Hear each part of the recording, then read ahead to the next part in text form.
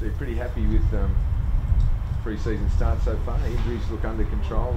Everything's sort of not too bad. Yeah, definitely. It's exciting to get back and touch wood. I'm injury free so far, so it's just good to kind of get out there and obviously be with the boys, and just even kicking the footy around is good just to start the season off well. Was that a PB? Was that a PB the other day? Was that for you? When you were in the 2K time trial? I don't think it was a PB. It's just a couple of seconds faster than this time last year. I picked up a bit in our second trial, but body's feeling good. Can you just talk us through what happened last year? I mean, you pretty much missed the entire year with your ankle. Yeah. Can you tell us what happened? So there's a bit of a congenital kind of disorder with the foot, where there was a bit of a spare bone kind of rubbing on my tendon, and it's very abnormal. It's kind of hard to diagnose, and that so we had to remove the bone, and then it was kind of play by ear just to see if it calmed down or not. And then once we removed the bone, it's all good now. And then unfortunately, once I got back from that, I rolled my ankle, and then it just did a bit of damage there, but I'm all sweet now, so it's happy, smooth sailing. So the foot issue, is that something you've had for a long time, forever? Or, I had it apparently since I was born, so it's just a matter of a different kind of change in workload and whatever it took to kind of fire it up and make it start hurting was the only thing that kind of changed. But other than that, I've had it my whole life. Yeah.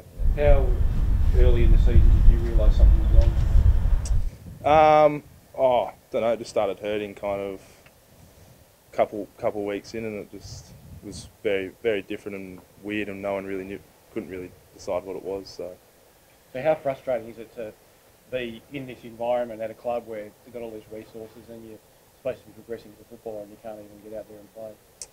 It's part of what you pretty much sign up for, I guess. Injuries are a big part of the sport, and there's a lot more guys that are worse off than myself, and I'm still happy the way that I've kind of come back and been able to do what I've been able to do last year. Obviously it's disappointing and frustrating, but like I said, it's all part of the game, so obviously can't really do much about it. What goals do you set yourself then for this year, given that you missed all that footy and the club's had a bit of a reshape over this trade period? Yeah, obviously big chunk of footy I've missed the whole year. Pretty happy just to keep my mind open in terms of what I can try and get through and achieve this year. Obviously, just being pretty ambivalent with the whole process, and just getting out on the track is my first goal, and then I'll take everything from there. Do you have full confidence in the foot now? Yeah, definitely. No, as I said, body's feeling really good, and I'm happy just to progress and can't wait to kind of see what I can get through. Do you have a firm idea where you play your best footy yet, Griffin, or are you still figuring that out as well? I'd love to think I could play anywhere, but I think down back is probably where I'm most comfortable, and will probably play my best footy for sure. Who have you been lining up on a lot on even practice, do you think? You versus Jesse Hogan, possibly? Oh, geez, I hope not. He's a pretty good player, so I don't know. We haven't done any of that yet, and we'll have to wait till the boys get back, but sure I'll match up on... You end up matching up on pretty much all the talls and smalls, so it could be Sonny Walters or anyone really. You obviously missing last year, and the back line's probably the one area of the ground that is really settled. So is that sort of a challenge for you, think, breaking into that back six? Because it looks like the guys down there pretty much are established in their roles, aren't they?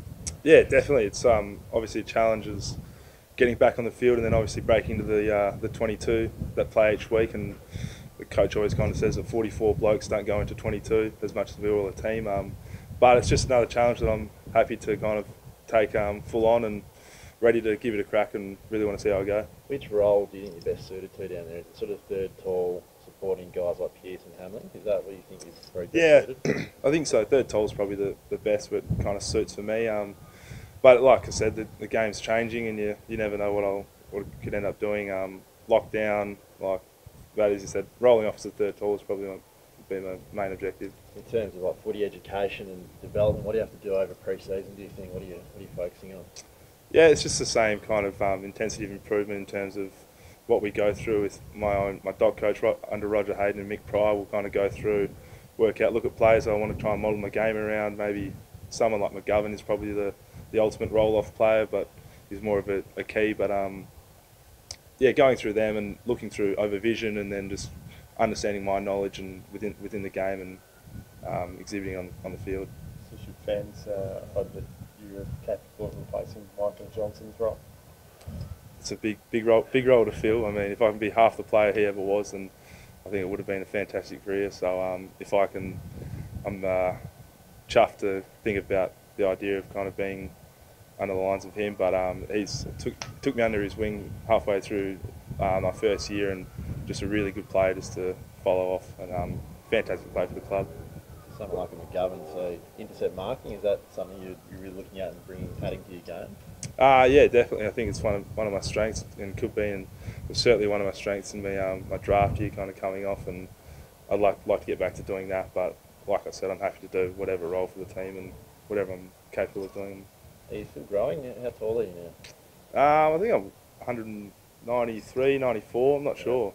A lot of people grow a bit later. Something like Paddy Cripps grew a couple of centimetres in an off season when he was 21, 22. So I don't know. I'm not sure. Couldn't tell you. But what do you think of trade week and that? Is that giving you some excitement about the season ahead? Yeah, definitely. I mean, as a club, we've traded.